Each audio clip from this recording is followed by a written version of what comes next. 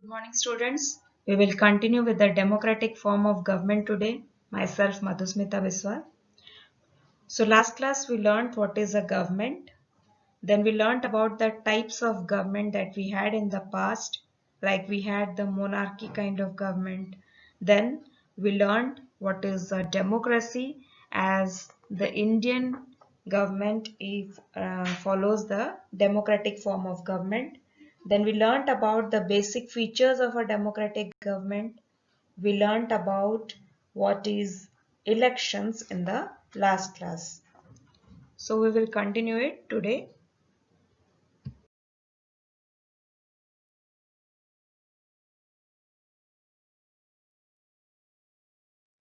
So in the last class we learned what is democracy. Democracy means a government by the people, of the people and for the people.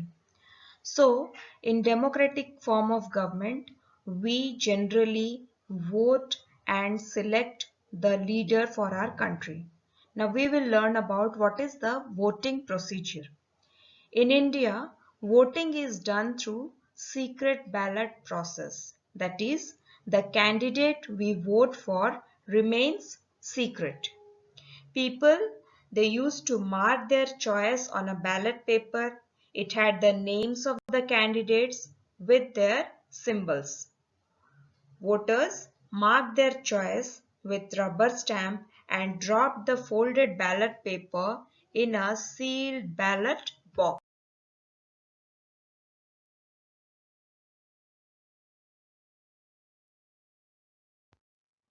These days, the Election Commission of India, they are using the electronic voting machine or the EVMs.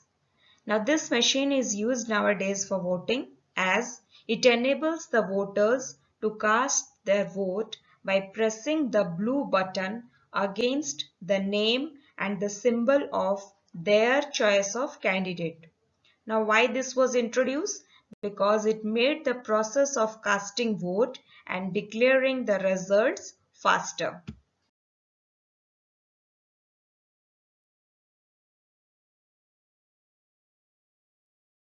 We had learnt about elections. What is election? Elections is a process by which the people elected their leaders. It is the foundation of a democratic form of government. Now we will learn what is the importance of elections. The first important thing about an election is choice of leader. People can choose leaders to take decisions on their behalf. Next is the change of leader. People can change their leader if they are not satisfied with their work. This allows the people to exercise their power in a democracy. Third one is the political participation. People are free to contest elections independently or by forming political parties. No discrimination is made on this basis.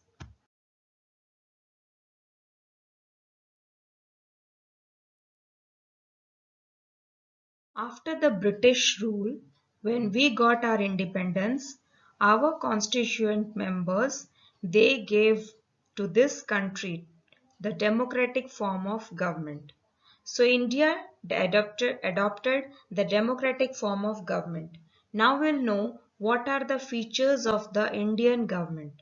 The features of this government are parliamentary form of government. The parliament is the law-making body of the government consisting of the leaders who are elected by the people. Some of these representatives of the people form the Council of Ministers, headed by the Prime Minister who has the real power and authority to run the government.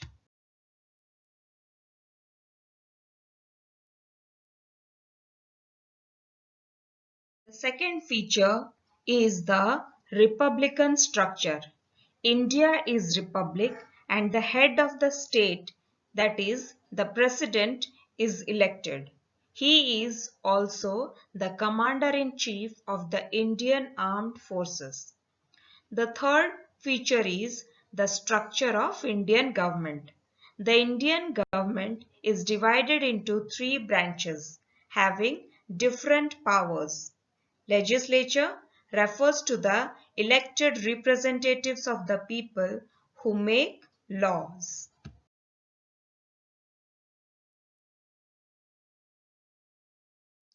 The second structure is executive, which refers to the group of the people who implement the laws and run the government.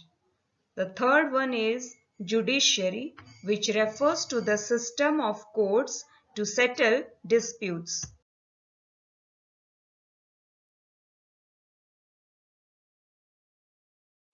Now we'll learn about the different levels of government.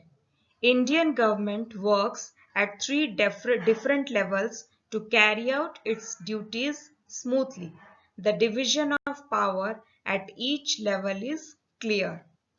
First one is the local level, which includes village, towns or locality. The next one is the state level, which means an entire state like Odisha or West Bengal. The third one is the national level, which relates to the entire country.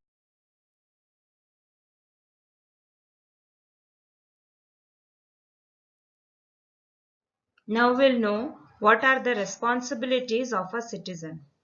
The first responsibility of a citizen is exercise of their right to vote. So every citizen must exercise this right to vote so that they can elect a good leader for the country. Next is choose the right representative as leader. If the leader is being selected from the people, then they should very mindfully choose the correct leader who has to lead the country. Third one is paying of taxes for the development of country. That should be done by every citizen for the development of the country. Knowing of the rights and duties of a citizen. Fifth one is be informed about the issues of nation. Sixth is participate in governance of the country. And the last one is following of the laws of the country. So that a democracy cannot, because a democracy cannot exist in a lawless society. With this, we come to an end of this chapter.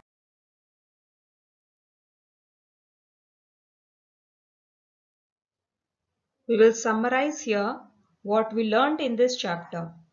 The form of government, that is of the people, by the people and for the people, is called as a democracy. People in a democracy have equal political rights irrespective of their caste, class, race, income and religion.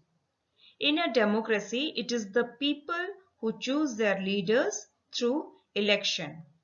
India has adopted the democratic form of government since independence.